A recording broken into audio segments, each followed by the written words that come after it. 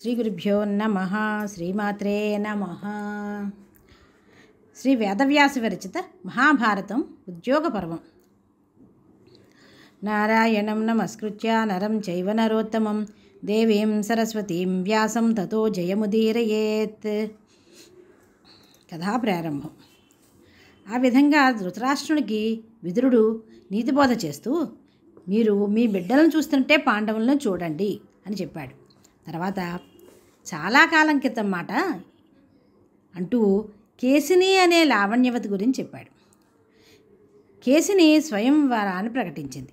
దైత్యవంశీయుడు విరోచనుడు ఆమెను వరించరాగా, దైత్యకుమారుడా, విప్రదైత్యులలో ఎవరు శ్రేష్ఠుడు అని అడిగింది. కేసిని, మేమంటే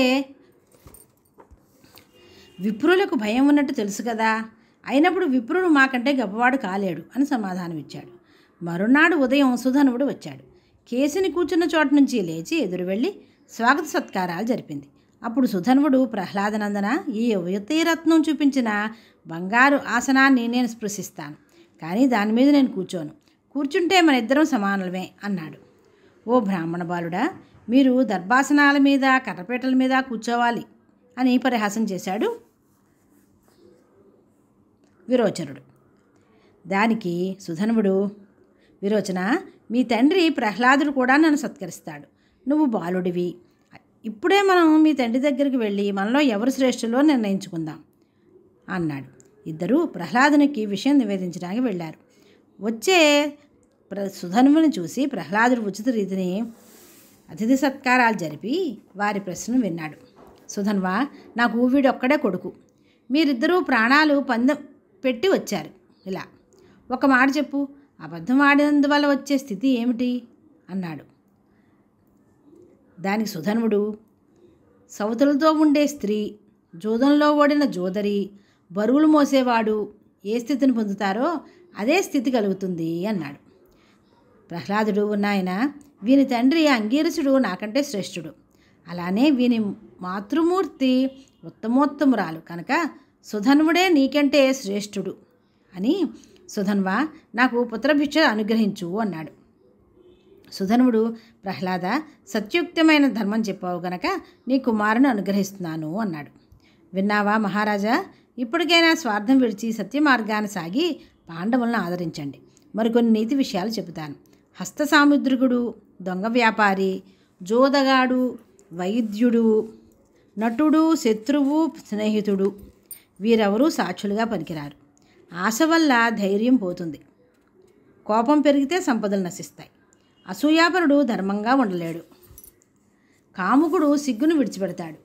వార్ధక్యం సౌందర్యాన్ని హరిస్తుంది. నీచుల్ని సేవిస్తే మంచిదనం మిగలదు. దురభిమానం సర్వనాశనకారి. వృద్ధులు లేనిది సభ కాదు. ధర్మం చెప్పలేనివాడు వృద్ధుడుగాడు. సత్యబద్ధం కానిది ధర్మం అనిపించుకోదు. కపటం లేనిది సత్యం. పగలంతా శ్రమ పడితే రాత్రి సుఖంగా నిద్రపడుతుంది. 8 మాసాలు ఆర్జిస్తే వర్షాకాలం 4 నెలల్లో ఇబ్బంది ఉండదు. ధీశక్తితో చేసే కర్మ ఉత్తమం, బాహుబలం మధ్యమం, మిగిలినవి అధమాలు. భారవాహనం అధమాధమం. మనల్ని ఇతరులు నిందించినా, పరుష భాషలతో బాధించినా వారు చేసుకునే పుణ్యఫలం మనకు దక్కుతుంది. వస్త్రం ఏ రంగులో ముంచితే అదే రంగు కనిపిస్తుంది. అలానే దుర్జనుడు సజ్జన సాంగత్యంతో మంచివాడు కాగలడు. ఎంతటి తపస్సంపన్నుడైనా మూర్ఖులతో చోరులతో చేరితే వాడు మూర్ఖుడే. దుర్జన సాంగత్యంతో అక్రమ మార్గాన చాలా ధనం సంపాదించవచ్చు. దానిని సజ్జనులు మెచ్చరు. సదాచారాన్ని సంరక్షించుకోవాలి. సంపదలు వస్తాయి పోతాయి. ఆచారం క్షీణించదు. దాన్ని విడిచినవాడు జీవన్మృత్యుడు. మధురమైన మాట, చల్లని మంచినీరు, శయనానికి దర్భాసనం, విశాలమైన వసతి ఉంటేనే గృహస్థు సుఖపడతాడు. దూలం పెద్దదైనా బరువు మోయగలదా? కానీ ఎంత చిన్న రథమైనా బరువును భరిస్తుంది. అదే రీతిగా ఉన్నత గుణాలు గల వంశంలో పుట్టినవాడు దేన్నైనా సహించగలడు. ఎదుటివారి వల్ల నిరంతరం ప్రమాదం కలుగుతుందని శంకించేవాడు స్నేహితుడు కాలేడు. హంసలు ఎండిన చెరువు చుట్టూ తిరగవచ్చు, కానీ అందులో అడుగు పెట్టవు. అలానే చపల చిత్తుల వద్ద లక్ష్మి నిలబడదు. మిత్రుల శక్తి సామర్థ్యాలను పరీక్షిస్తూ కూర్చునేవాడు అధముడు. శోకం వల్ల దేనిని సాధించలేం.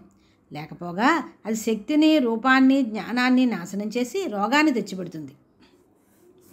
జనన మరణాలు, సుఖదుఖాలు, లాభనష్టాలు కలుగుతూ పోతూ ఉంటాయి. అందు గురించి సంతోష శోకాలు అనవసరం. కుండకు ఎటు చిల్లు పడితే అటే నీరు పోతుంది. బుద్ధి కూడా ఏ ఇంద్రియానికి లొంగితే అటే క్షీణిస్తుంది. హృదయంలో ద్వేషం రగులుతుంటే హంసతూలికా తల్పం మీద పరున్నా నిద్ర రాదు. వందిమాగధ స్తోత్రాలు వింటున్నా సంతోషం కలగదు. హితవాక్యం చెవికెక్కదు. శాంతి కనిపించదు. విడిగా పెరిగే చెట్టు ఎంత బలంగా వేళ్లు తన్ని విశాలంగా విస్తరించినా గాలి దెబ్బకు కూలిపోతుంది. గుంపులో ఉంటే పెనుగాలికి కూడా చలించదు. అలానే గుణసంపన్నులు ఏకాకులుగా ఉండకూడదు. సంఘంలో ఉంటే సరోవరంలోని కమలాల వలె ప్రకాశిస్తారు. రోగి మృతకల్పుడు. వానికి తీపి రుచించదు. కనిపించని రోగం క్రోధం. ఇది కలవానికి ఏదీ రుచించదు. లోపల విద్వేషం ఉంచుకుని పైకి మెత్తగా ఉండి ప్రయోజనం లేదు. అది వానికే చేటు. ఆకాశాన్ని గుప్పిటి పట్టాలని, ఇంద్రధనుస్సును పంచాలని, సూర్యకిరణాలను కాళ్లతో పట్టాలని చూసేవారు మూర్ఖులు. స్త్రీలను అవహేళన చేసి నిందించేవాడు, దానం చేసి 10 మంది ముందు గొప్పగా చెప్పుకునేవాడు, చేసిన మేలు మరిచేవాడు, అబద్ధాలతో జీవితం సాగించేవాడు, వీరందరికీ పతనం తప్పదు. అధిక ప్రసంగం, క్రోధం, దురభిమానం, స్వార్థబుద్ధి, మిత్రద్రోహం, త్యాగశూన్యత, ఈ 6 కత్తులు మానవుని ఆయుర్దాయాన్ని తెగ నరుకుతూ ఉంటాయి. మన దగ్గర చేరి తిగిన మాటలు చెప్పేవారు ఎందరో ఉంటారు. హితవు చెప్పేవాడు, వినేవాడు అరుదుగా ఉంటారు. జూదం కలహేతువని ఆనాడు చెప్పాను.